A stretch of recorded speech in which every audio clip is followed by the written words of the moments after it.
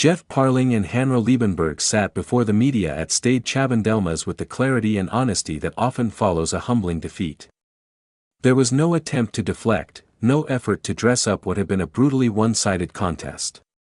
Instead, there was reflection, accountability, and a shared understanding of exactly where things had gone wrong. The scoreboard told a stark story, a 64-14 loss to Union Bordeaux Bègles, a performance that exposed gaps in execution, physicality, and decision-making. But for Parling and Liebenberg, the result itself was only part of the narrative. The deeper concern lay in how the game slipped away, not all at once, but during a critical stretch that ultimately defined the outcome, the turning point. A costly second quarter. Parling was quick to identify the decisive phase of the match. Breaking the contest into quarters, he painted a picture of a game that had initially been competitive before spiraling out of control. "We are incredibly frustrated," he admitted. "We always knew it would be an incredibly tough test. They are the champions, the number one seeds. But that period between 20 and 40 minutes, that is where we let the game get away from us. In that 20-minute window, Leicester lost their grip. Momentum shifted decisively in Bordeaux's favor, and once it did, the English side struggled to regain any sense of control. We got into a loop," Parling explained. "And we could not get out of it. That is the frustrating part. Instead of going back to what we do best, our basics, it felt like we were searching for answers in the moment. That search proved costly.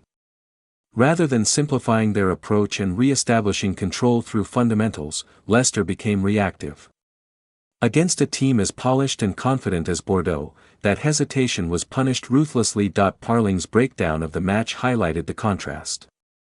The first quarter had been relatively tight, with Bordeaux edging it 3-0. The third quarter, in fact, saw Leicester respond positively, winning that segment 14-10. But the damage inflicted in the second quarter was so severe that it rendered any recovery effort insufficient. "It is not that everything was bad," Parling noted. "But at this level, those lapses, those periods where you lose your way, they cost you everything." A breakdown of fundamentals. If Parling focused on the timing of Leicester's collapse, Liebenberg zeroed in on the cause, a complete breakdown in the fundamentals of their game. "In the first half, we had 7 possessions in their half," he said. "And we turned the ball over 7 times. It was a statistic that perfectly encapsulated the problem. Opportunities had been created, territory had been gained, but execution had been absent. Each turnover not only squandered a chance to apply pressure but handed Bordeaux the platform they thrive on. We do not want to be that loose," Liebenberg continued. "Because that feeds into their game. And that is exactly what we did, we fed them what they wanted. Against a side known for their attacking flair and ability to exploit broken play, such generosity is fatal. Bordeaux do not require repeated invitations. One is often enough. Leicester offered 7. It is a big lesson for us," Liebenberg said. "We can never, ever let go of the fundamentals of our game. Not all bad, but not good enough." Despite the heavy defeat, Parling was careful not to paint the performance as entirely devoid of positives. There were moments, particularly early in the second half, where Leicester showed what they are capable of. "For the first 20 minutes of the second half, we were not bad," he said. "There were signs of what we can do. However, those moments only served to reinforce the central frustration, that Leicester's strengths had not been consistently applied. When we look at our season so far, people say we are moving the ball well. And that is true," Parling acknowledged. "But that should never come at the expense of our basics, our set piece, our collision work in defense." It was a clear message. Style and ambition are important, but they must be built on a solid foundation.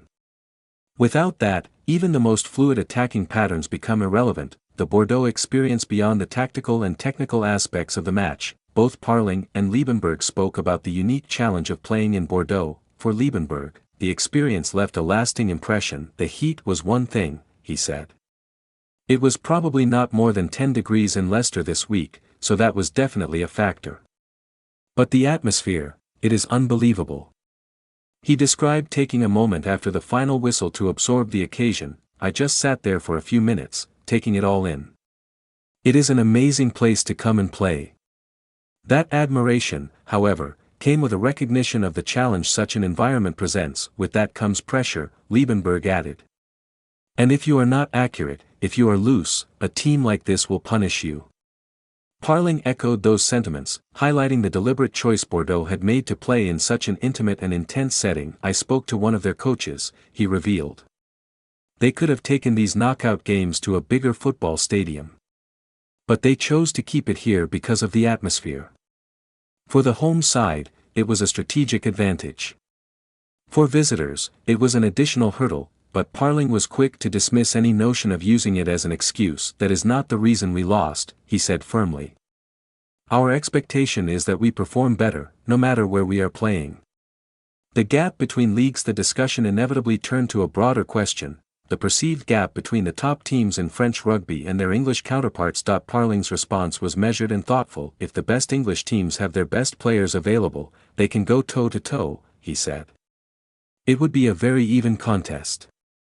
However, he acknowledged a key difference: the depth of squad and the resources. That is where it changes. In competitions like the Champions Cup, where intensity is high and margins are small, that depth can prove decisive. It allows teams like Bordeaux to maintain quality, adapt tactically, and sustain pressure over 80 minutes. Losing the collision battle. One of the most telling aspects of the match was Bordeaux's ability to dominate the physical exchanges. Parling pointed to their offloading game as evidence of that dominance. They had 11 offloads in the first 30 minutes, he noted. I do not know the final number, but it was probably close to 30. To put that into perspective, he compared it to the average in the Premiership, just under 9 per game. You can only offload if you win the initial collision, Parling explained. And we were not winning those collisions. That failure had a cascading effect. Once Bordeaux gained front foot ball, their attacking threats multiplied. Offloads kept the ball alive, stretched the defense, and created mismatches across the field. After that, we were chasing our tails, Parling admitted. Liebenberg agreed. If you give that backline space and opportunities to offload, you are always going to be on the back foot, he said. We knew that. But dealing with it is another matter. Respect for a team at its peak. Despite the disappointment, there was no shortage of respect for Bordeaux's performance. Parling spoke of a team that is not only talented but deeply aligned in its identity. You saw a team that is really sure of who they are, he said. And that has been building over a number of years.